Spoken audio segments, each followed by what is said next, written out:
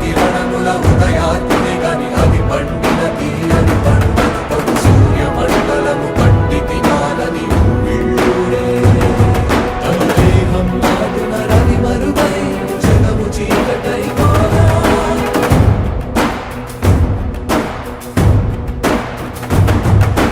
అది అమరేంద్రుడు గమనించి తన ఐరావతమధిరోడించి ఆంజనేయుని సమీపించి తన వజ్రాయుధము విసరగా అది పవన నందనుని హనువుని తాకా చిందిన రక్త బిందువే విద్యుద్వేగంతో ధరణి స్థలి వంగ కడలిలో చచ్చి